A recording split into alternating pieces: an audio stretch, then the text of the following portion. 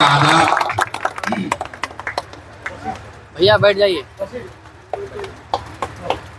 आप सभी साथियों का यहाँ समय निकाल कर आने के लिए बहुत बहुत शुक्रिया, धन्यवाद। मेरा ही नाम है प्रशांत किशोर।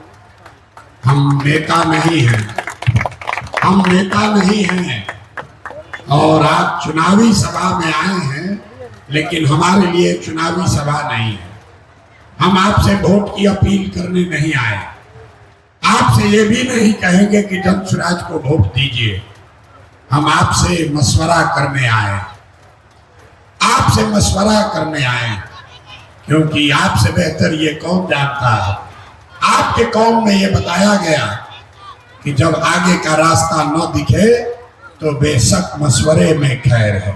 इसलिए मशवरा करने आए हैं, क्योंकि आज जो बिहार में हालात हैं और उसमें भी मुसलमानों की जो दुर्दशा है, ये वक्त है आपके हमारे लिए मशवरे की, ताकि आगे का रास्ता सोच समझकर सब निर्णय को देखने के बाद ही लिया जाए। हम यहाँ आकर आपसे ये नहीं कहेंगे कि आप जन स्वराज के उम्मीदवार को वोट दे दीजिए, लेकिन इस बात को जरूर कहेंगे कि एक बार मेरे भाई ये सोचिए कि मुसलमानों की बदहाली क्यों है, इतनी बदहाली मुसलमानों की क्यों है। पूरा बिहार गरीब है, लेकिन पूरे बिहार में 5000 से ज्यादा गांव में चलने के बाद जो आंखों से हमने देखा, दलितों के बाद सबसे ज्यादा गरीबी, बदहाली, फटेहाली अगर कहीं है तो मुसलमान भाइयों के गांव में है। क्यों है ऐसा? ऐसा इसलिए नहीं है कि आपको लालू जी ने ठग लिया, ऐसा इसलिए नहीं है कि बिहार में भाजपा का शासन है, ऐसा इसलिए भी नहीं है कि कांग्रेस वालों ने आपके साथ धोखा किया, ऐसा इसलिए है कि इस्लाम को मानने वाले मुसलमान, आपने इस्लाम में सामाजिक राजनीतिक जीवन के नजरिए से जो बातें बताई थी उससे भी किनारा कर लिया गया। आपके पैगंबर साहब ने बताया जिस कौम को अपने रहनुमाओं की समझ न हो उसके ऊपर जालिम हुक्मरानों को मुसल्लत कर दिया जाता है। ये हम नहीं कह रहे, ये तो बात पैगंबर साहब ने कही है। तो अगर आज का हुक्मरान, तो चाहे बेलागंज का हो, बिहार का हो, देश का हो, अगर आज का हुक्मरान जालिम है, अगर आपके और आपके बच्चों की चिंता नहीं कर रहा है, तो बात पैगंबर साहब ने कही है वो गलत नहीं हो सकती है। आप आधी लाइन पढ़ रहे हैं, पूरी पंक्ति नहीं पढ़ रहे हैं। अगर आधी लाइन सही है तो उसका दूसरा हिस्सा भी सही है। अगर आज का हुक्मरान जालिम है तो कहीं ना कहीं आपसे अपने रहनुमाओं को पहचानने और चुनने में गलती हुई है, तभी आज ये दुर्दशा हुआ। यही बात आपको बताने आए। लोगों को लगता है कि हम तो ठीक हैं, दूसरे लोगों ने हमको ठग लिया। मैं आपको याद दिलाना चाहता हूं, इसी बिहार में आप कहते हैं हमारे पास विकल्प नहीं है। मुसलमान भाई कहते हैं हमारे पास विकल्प नहीं है, इसलिए हम लोग भाजपा को वोट देते, भाजपा को हराने के लिए राजद को वोट देते हैं। मैं आपको याद दिलाना चाहता हूं, 2014 में आपके पास विकल्प था। 2005 से लेकर 2014 के बीच में नीतीश बाबू के शासन में आपके साथ कोई धोखा अन्याय नहीं हुआ था। आज हम उनके राजनीतिक विरोधी हैं, लेकिन नीतीश कुमार ने 2005 से 14 के बीच में मुसलमानों के साथ कोई धोखा नहीं किया। 2010 में यही नीतीश कुमार है जिसने मोदी को बिहार में घुसने से रोक दिया। ये वही नीतीश कुमार है जिसने 2012-13 में मोदी जी को प्रधानमंत्री का जब उम्मीदवार भाजपा ने बनाया तो नीतीश कुमार ने भाजपा से अपना गठबंधन तोड़ दिया, अपनी सरकार दांव पर लगाई। लेकिन मेरे भाई, वही नीतीश कुमार जब 2014 में लोकसभा का चुनाव आपके भरोसे लड़ने अकेले आए तब मुसलमानों ने उनका साथ नहीं दिया। तब आपने नीतीश को अपना रहनुमा नहीं बनाया, आपने लालटेन को पकड़ लिया, आपके हाथ से वो मौका चूक गया। अगर आपने 2014 में नीतीश को अपना रहनुमा बना लिया होता तो आज आपके सामने विकल्प का अभाव नहीं होता। फिर देखिए मुसलमानों की गलती आगे, जब नीतीश ने 2017 में आपके पीठ में छुरा मारा, आपका वोट लेकर महागठबंधन से जीतने के बाद भाजपा में चले गए, वही नीतीश कुमार जिसने सीए एनआरसी में आपके बच्चों के नागरिकता को खत्म करने के लिए वोट दिया, वही नीतीश कुमार लोकसभा चुनाव के 6 महीना साल भर पहले फिर उछल के इंडिया गठबंधन में आ गया। तो सारे मुसलमान कह रहे हैं कि यही हमारा नया रहनुमा। अरे ये तो खुदा का शुक्र करो कि नीतीश बाबू लोकसभा चुनाव के पहले ही भाग गए, नहीं तो लिख लीजिए यहाँ के मुसलमान अपने को दानिश्वर बताने वाले लोग उस नीतीश कुमार को वोट देते और आपका वोट लेने के बाद नीतीश कुमार भाजपा में भागता। तो जब नीतीश कुमार को आपको अपना रहनुमा बनाना था तब आपने उसको रहनुमा नहीं बनाया। जब उसने आपको 2 बार धोखा दे दिया, आपको उस आदमी पर भरोसा नहीं करना था, तब आपने उसको रहनुमा दिख रहा था, इसीलिए आपकी ये दुर्दशा है। आपको अपने रहनुमाओं की समझ ही नहीं है। हम 2 बरस से पैदल चल रहे हैं। मुसलमान लोग कहते हैं ए भाई इन पर कैसे भरोसा करें, इन पर कैसे भरोसा करें। जितने लोग यहाँ बैठे हैं मुसलमान साथी, हमारे ईमान की बात करने वाले लोग, जरा एक बार अपने ईमान के नाम पर याद कीजिए 75 साल के इतिहास में एक ही ऐसा मौका आया जब आपके घर की पर्दा नशीन महिलाएं भी रोड पर निकली। वो समय था जब सीए एनआरसी का कानून लाया गया। पूरे देश में मुसलमान परिवार की महिलाएं धरने पर घर से बाहर निकली, धरने पर बैठी। तो जब सीए एनआरसी का ये बखेड़ा शुरू हुआ तो याद कीजिए आप सीए एनआरसी का बखेड़ा कैसे रोका गया। आपके धरने प्रदर्शन से सीए एनआरसी नहीं रुका। तारीख नोट कर लीजिए, 2 मई 2021 को सीए एनआरसी रुका। सीए एनआरसी का बखेड़ा तब थमा जब 2 मई 2021 को भाजपा को बंगाल में मुकम्मल शिकस्त दी गई। उसके बाद सीए एनआरसी का चर्चा देश में नहीं हो रहा। तो जब बंगाल में लड़ाई लगी और पूरे देश में लोगों ने कहा कि भाजपा को बंगाल जीतने से कोई नहीं रोक सकता है, 1-2 नहीं 2 लाख से ज्यादा संघ के वर्कर पूरे देश से बंगाल गए, बंगाल में ममता बनर्जी को हराने के लिए। तब आप क्या कर रहे थे? आपने कुछ नहीं किया, आप अपने घर में बैठे थे।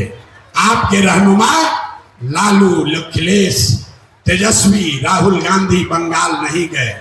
दीदी के अपने लोग, आधे से ज्यादा पार्टी के लोग दीदी को छोड़कर भाजपा के डर से उस पार्टी में चला गया। अमित शाह ने रोज ठोक कर कहा कि हमको 200 सीट आएगा। जब देश में कोई आदमी दीदी के साथ खड़ा नहीं था तभी आपका भाई, आपका बेटा प्रशांत किशोर बंगाल गया था। इसी प्रशांत किशोर ने कहा था कि अगर भाजपा को बंगाल में हराएंगे नहीं, अगर 100 के नीचे नहीं रखा तो जीवन में संन्यास ले लेंगे। हमने भाजपा को बंगाल में रोका 77 पर, तो हम हो गए भाजपा के बी टीम और आप बैठे थे घर में। तो आप हमको दीजिएगा सर्टिफिकेट कि हम भाजपा के ए टीम हैं कि बी टीम है। अरे मुसलमान भाइयों, आपका दुर्दशा इसीलिए है। अगर कोई सामने आपको दिख रहा है, कहता है अरे भाई इतना बड़ा अभियान प्रशांत किशोर चला रहे हैं, कहां से पैसा आता है?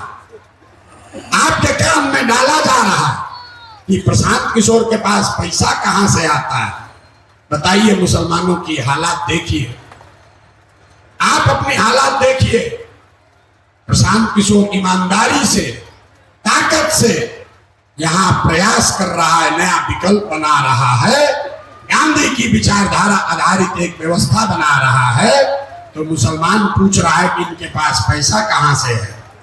मेरे भाई, जितने लोग आप बैठे हो, 30 बरस से आप लालटेन को वोट देते हो। किसी मुसलमान ने आज तक ये नहीं पूछा कि लालटेन के पास, राजद के पास पैसा कहां से आता है। अरे भाई, आपके बच्चों का हक लूटकर, आपके बच्चों के पेट पर लात मारकर, आपके बच्चों के हक का पैसा लूटकर जो ये लोग ले जाते हैं, उसी से अपनी राजनीति करते हैं और उसको आप वोट देते हो। और प्रशांत किशोर का बनाया हुआ 1-2 नहीं, 10 राज्य में सरकार है, तो हमको ही टेंट तंबू के लिए पैसा नहीं मिलेगा। इतना हमको कमजोर समझ रहे हो आप, इतना कमजोर समझ रहे हो। बिहार में जितना किसी ने सुना न हो, हम एक चुनाव में किसी को सलाह देते हैं तो हमारा फीस है 100 करोड़ या उससे ज्यादा। ये 2 बरिस टेंट तंबू लगाते रहेंगे और एक चुनाव में जाकर खाली सलाह देंगे तो सारा पैसा एक दिन में आ जाएगा।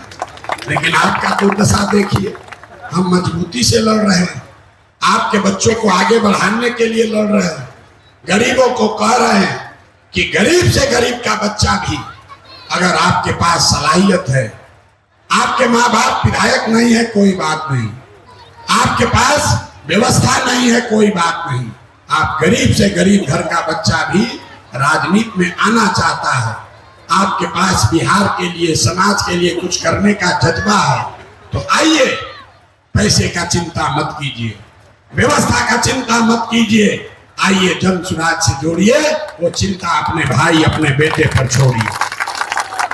अगर आपको ये बात समझ में नहीं आ रही है तो आपका दशा कैसे सुधरेगा। हमको कोई बोला कि भैया इस गांव में कुछ लोग हैं जो अमजद साहब से नाराज हैं, कि अमजद साहब हमसे मिलने नहीं आए, हमारी बात नहीं सुनी। आपको हम बता रहे, जन सुराज में हम लोगों ने कहा है, जिस समाज में की संख्या जितनी है, उस समाज के उतने काबिल लोगों को अवसर दिया जाएगा। जब बाई इलेक्शन अभी हो रहा था, 4 सीट, इसका मतलब है कि 1 से ज्यादा सीट मुसलमानों को नहीं मिल सकती है, 1 जरूर मिलेगा। 18% आबादी है, 1 सीट पर आपका हक बनता है। आपके जानकारी के लिए बता दें, रामगढ़ में भी 30,000 से ज्यादा मुसलमान हैं, वहां पर भी जन सुराज में मुसलमान दावेदार था। तरारी में 40,000 मुसलमान हैं, वहां पर भी मुसलमान समाज से कोई दावेदार था। लेकिन सभी ने बैठ के तय किया कि न भैया, ये कौम की बात है, हम ये नहीं चाहते हैं कि आप एक भी टिकट, 1 से ज्यादा टिकट दें, अगर 1 ही देना है तो आप बेलागंज दीजिए। आपके यहाँ अहमद साहब नहीं आए, आप नाराज बैठे, आपका फोन नहीं उठाया, आपकी नाराजगी है। जो तरारी में आपका भाई बैठा है वो अहमद साहब को नहीं जानता है, उसने अहमद का चेहरा भी नहीं देखा है, लेकिन उसने सबके भलाई के लिए कहा कि ना भाई, हम चुनाव नहीं लड़ेंगे, बेलागंज के लोगों को टिकट दे दीजिए। और आपको जब टिकट दे दिया तब आप मुंह फुलाकर दूल्हा के फूफा के तरह बैठे हैं कि हमको अहमद पूछने नहीं आया। अरे भाई, दूल्हा आपका है, दूल्हा आपका है, जब तक आप नहीं चलोगे बारात में दूसरे लोग कैसे शामिल होंगे। तो ये जिम्मेवारी आपकी है, ये जिम्मेवारी आपकी है। ये बेला की लड़ाई नहीं है, ये बेला की लड़ाई नहीं है। हमको जितनी सलाहियत ऊपर वाले ने दी है, हम आपको लिख कर देते हैं। बेला में जन सुराज कम से कम 20,000 मत से आज अगर चुनाव हो तो जीते, क्योंकि लोग यहाँ के अपराध और अपराधियों से तंग आ गए हैं। बात हिंदू मुसलमान की नहीं है, बात अमजद की नहीं है, बात जंसुराज की नहीं है, बात लोगों के इस परेशानी की है कि 30 बरस से यहाँ अपराधियों ने अपना कब्जा कर रखा है। पहली बार किसी ने हिम्मत की है कि आइए आप सामने खड़े हैं और है दम तो लड़के दिखाओ, डरा कर दिखाओ। लोगों ने कहा कि बेलागंज में चुनाव लड़ना है तो 10-20 करोड़ रुपया लगेगा। हमने आपके समाज के एक गरीब घर के बच्चे को चुनाव में खड़ा किया है और बड़े से बड़ा पैसा वाला टिक नहीं सकता। ये आपकी जिम्मेवारी है। अगर आप नहीं साथ खड़े होगे तो भाई आप अपने को धोखा नहीं दोगे।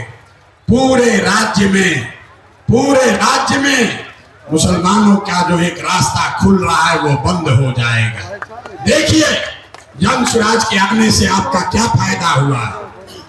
जंसुराज के आ जाने मात्र से जो लोग आपके समाज के एक बड़े नेता उनकी मौत के बाद मय्यत में शामिल नहीं हुए, आज उनको घर में बुलाकर टोपी पहना रहे हैं, दल में शामिल करा रहे हैं। ये जंसुराज की ताकत है। ये बेलागंज में मुसलमानों का हुजूम जो जंसुराज के साथ चल रहा है, ये उसकी ताकत है। ये जंसुराज लोकतंत्र को जिंदा कर रहा है, मुसलमानों की बंधुआ मजदूरी को खत्म कर रहा है। मुसलमानों को ये बताया जा रहा है कि आप खड़े होइए, वोट जिसको देना है दीजिए, लेकिन कम से कम इतना जरूर कहिए कि अगर हमारा काम नहीं करोगे, अगर हमारे बच्चों की चिंता नहीं करोगे, अगर हमारे बच्चों के पढ़ाई और रोजगार की बात नहीं करोगे तो हम बंधुआ मजदूर नहीं हैं, हम जंसुराज में भी जा सकते हैं। ये दरवाजा आपके लिए खुल रहा है। नहीं तो 30 बरस से राजद वालों ने एक ही फॉर्मूला दिया है, भाजपा को हराना है तो मुसलमान जाएगा कहां, हमको वोट देगा ही देगा। और आपकी दशा उस किरासन तेल की है जो लालटेन में डलकर जल रहा है। जल आप रहे हो, जल आपके बच्चों का भविष्य रहा है और रोशनी हो रही है कहीं और। तो जंसुराज का ये संकल्प है कि अगर किरासन तेल आपका है, संख्या आपकी है, वोट आपका है, तो रोशनी भी आपके घर होनी चाहिए। यही व्यवस्था बनाने के लिए आए और आपको जीत का एक फॉर्मूला बता देते हैं। ये जो सैकड़ों करोड़ रुपया लेकर सलाह देते हैं, अब वो काम छोड़ दिए। अब तय किया है कि गांव-गांव जाकर बिहार के लोगों को सलाह देंगे। आपको एक जीत का रास्ता बता देते हैं। ओवैसी साहब भी कह रहे हैं आजकल कि सब मुसलमान को एक हो जाना चाहिए। यहाँ पर भी मुसलमान साथियों ने खड़े होकर कहा कि सारे मुसलमान एक हो जाइए, जिताइए अमजद भाई को। हम आपको कह रहे हैं उनकी बात मत मानिए, उस फॉर्मूले से नहीं जीतिएगा। जीतने का फॉर्मूला हम आपको बताते हैं। पूरे देश में 80% हिंदू रहते हैं। पूरे देश, ध्यान से समझिए, पूरे देश में 80% हिंदू रहता है और भाजपा को वोट मिला है 36%। 36% भाजपा को वोट मिला है। इसका मतलब है कि आधे से कम हिंदुओं ने भाजपा को वोट दिया है। आपको मेरे भाई सिर्फ इतना ही पहचानना है कि वो कौन हिंदू हैं जो भाजपा की विचारधारा से इत्तेफाक नहीं रखते हैं। हम आपको बता देते हैं, जो गांधी की विचारधारा को मानने वाले हिंदू हैं, वो आज की भाजपा की विचारधारा से उनका कोई रास्ता नहीं है। वो चाहे किसी जात का हो। जो बाबा साहब अंबेडकर के विचारधारा को मानने वाला हिंदू है, वो भी भाजपा के साथ नहीं है। जो लोग कम्युनिस्ट विचारधारा के हिंदू हैं, वो भी चाहे किसी जात के हों, वो भी भाजपा के साथ खड़ा होने को तैयार नहीं है। और जो लोग लोहिया जयप्रकाश के समाजवाद को मानने वाले हिंदू हैं, वो भी भाजपा के साथ नहीं है। तो अगर इन चार विचारधारा के मानने वाले हिंदुओं के साथ मुसलमानों का सामाजिक राजनीतिक जोड़ बन जाए तो विचारधारा आधारित एक ऐसी व्यवस्था बन जाएगी जिसमें आपकी संख्या हुई 60% और भाजपा हुए 40 और इससे जीत निश्चित तौर पर मुकम्मल हासिल की जा सकती है। यही फर्क है ओवैसी के फॉर्मूला में और जनसुराज के फॉर्मूला में। ओवैसी साहब कह रहे हैं कि मुसलमानों का रहनुमाई समाज का कोई आदमी करना चाहिए, मुसलमानों को अपने पैर पर खड़ा होना चाहिए। जनसुराज भी ये कह रहा कि आपका रहनुमा कोई तेजस्वी यादव प्रशांत किशोर नहीं हो सकता है, कोई ना कोई आपके समाज का लड़का ही होना चाहिए, लेकिन वो लड़का होना चाहिए जो विचारधारा के आधार पर अपने कौम के साथ साथ उन आधे हिंदुओं को भी साथ लेकर चले जो आपके साथ चलने को तैयार है। अभी तो लड़ाई जीतोगे रे भाई, नहीं तो सिर्फ अगर मुसलमान इकट्ठा हो जाए तो आप होइएगा 20 और हिंदू हो जाएगा 80, तो आप कभी भी चुनाव नहीं जीत पाएंगे। तो अगर चुनाव जीतना है, अगर फिर से गांधी की विचारधारा को पुनर्जीवित करना है, तो आपकी जिम्मेवारी है कि सिर्फ मुसलमान मुसलमान करने से नहीं होगा। उन हिंदुओं को साथ लीजिए जो विचारधारा के आधार पर आपके साथ कंधा लगाकर चलने को तैयार है। उसको अगर छोड़िएगा तो फिर आपका फायदा नहीं होगा। हम आपसे वोट नहीं मांग रहे, लेकिन जनसुराज के लिए, इस प्रयास के लिए आपसे आपका दुआ मांगने आए, आपके बच्चों को मांगने आए। अपने बच्चों को इस व्यवस्था से जोड़िए, पैसे की चिंता मत कीजिए, जीत हार की चिंता मत कीजिए। ये मुसलमानों के दिमाग में बैठा दिया गया है कि चुपचाप बाहर बैठ के देखते रहो, जब पता चले कौन जीत रहा है उसको वोट दो। ये आपके कौम में जो बात बताई गई है उसके खिलाफ है। आपके कौम में ये बताया गया है कि ईमानदारी से बिना जद्दोजहद किए बगैर जीवन में कुछ हासिल होने वाला नहीं। खाली बैठ के बाहर ये सोचते रहिएगा कि कोई प्रशांत किशोर आ जाए, कोई तेजस्वी, कोई राहुल, कोई ममता बनर्जी आके हमको बचा ले, तो नहीं होने वाला। आपको अपने समाज में अपने आप को जद्दोजहद के लिए तैयार करना होगा, तभी आपका भलाई हो सकता है। तो जनसुराज वो व्यवस्था है, वो प्लेटफॉर्म है जहां आप जुड़कर अपने बच्चों को जोड़कर उनको राजनीतिक जद्दोजहद के लिए तैयार कर सकते हैं। जब आप वो करोगे तभी आपको सफलता मिलेगी।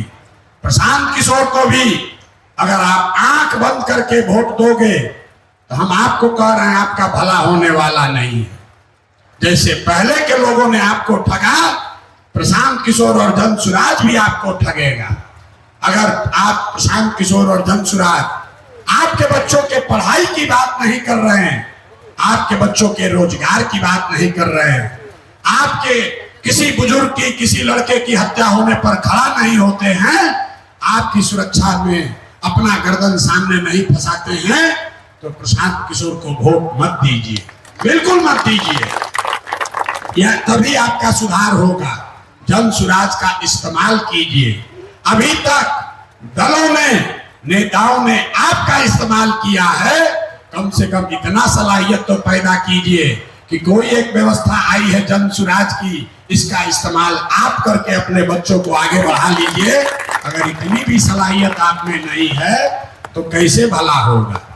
अरे मोदी को इतना समझ तो होगा ना भाई कि प्रशांत किशोर आया है, इसका मदद लेकर आगे बढ़ जाए, तो इतना सलाहियत तो पैदा कीजिए, तभी सुधार होगा। तो आपको एक टास्क देकर जा रहे, आपस में आप वोट दीजिए मत दीजिए। जितने मुसलमान साथी हैं, आपका कोई ना कोई हिंदू मित्र जरूर है, किसी न किसी के साथ आपका उठना बैठना है। तो बेलागंज में आपके मुसलमानों का वोट कितना है इसको रोज मत गिनिए, आपके हिंदू मित्र कितने हैं उसकी सूची कल से बनाइए और एक काम कीजिए, कौम के लिए, समाज के लिए, बेलागंज के लिए, बिहार के बेहतरी के लिए। जिस हिंदू को भी आप जानते हैं उसमें से कम 5 हिंदुओं के घर जाइए और उनके साथ बैठकर चाय पीजिए, उनके साथ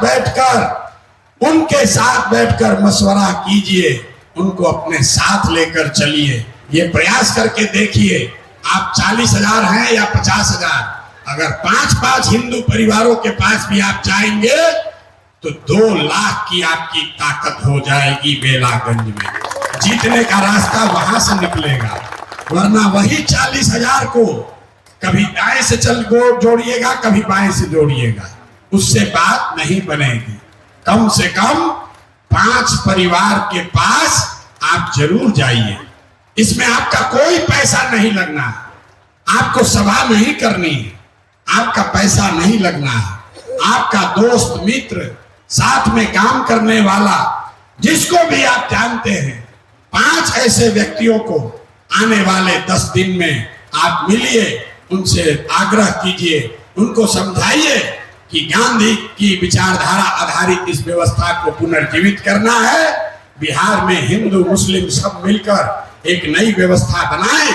इसके लिए जरूरी है कि सब लोग साथ में चले, और ऐसा नहीं है गलती से भी यादव समाज के लिए कुछ बात मत बोलिए। यादव समाज आपका कोई झगड़ा नहीं है भाई। यादवों के लिए लालू जी ने कुछ नहीं किया, हम आपको बता रहे हैं, रोज कैमरे पर कहते हैं। यहाँ के जो नेता हैं ये जात की राजनीति नहीं करते।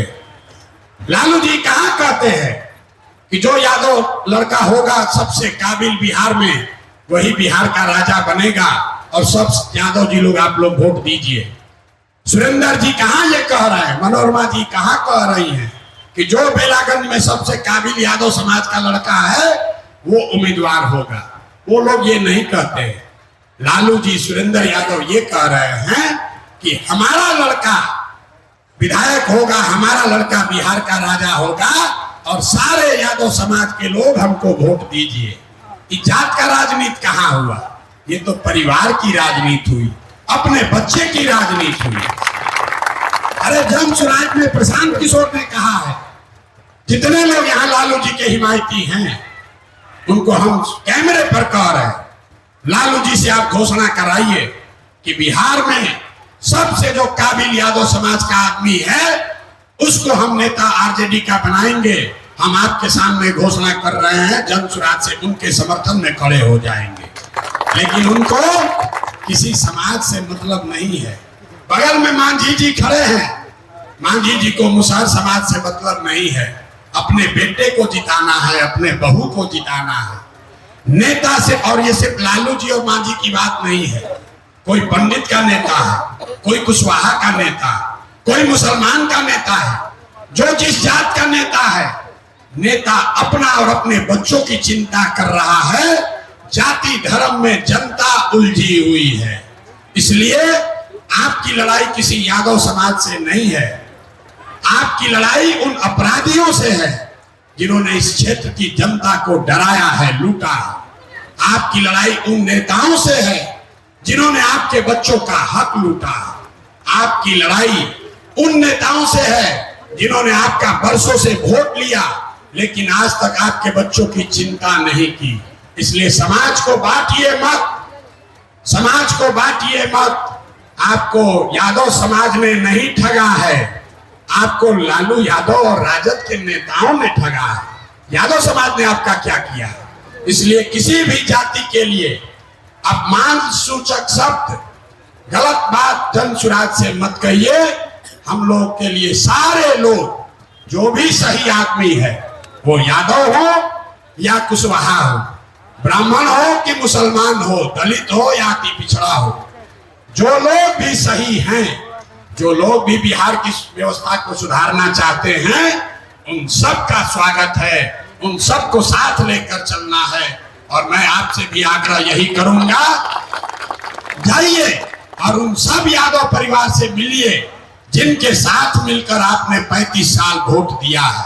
अब जाकर उनको कहिए कि भाई तुमको 35 साल वोट दिए हैं, एक बार हमारी बारी है, एक बार हमारे साथ तुम खड़े होकर वोट दे दो।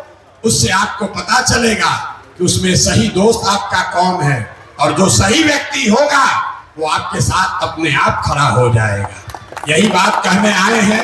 अब एक बार मैं एक नारा लगाऊंगा, मैं बोलूंगा जय बिहार, आपको बोलना है जय जय बिहार। इस पूरे अभियान में हम अपने नाम का नारा नहीं लगाते, किसी व्यक्ति के नाम का नारा नहीं लगता है। एक ही चित्र है, वो है महात्मा गांधी का झंडा है और बिहार को बुलंद करने का नारा है। मैं बोलूंगा जय बिहार, आपको बोलना है जय जय बिहार।